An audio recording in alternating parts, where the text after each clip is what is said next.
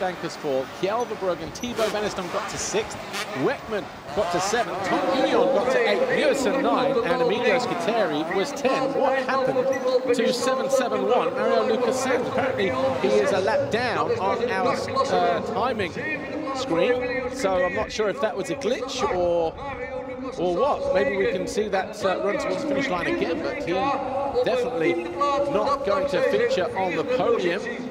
Showing us 9th overall now, outside of the points, so not the fairy tale end.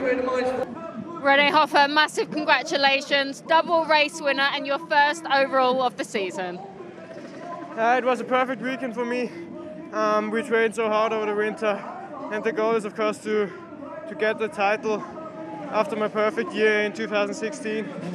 And yeah, now we will try to keep that red play till the end and keep working. Good job, thank you.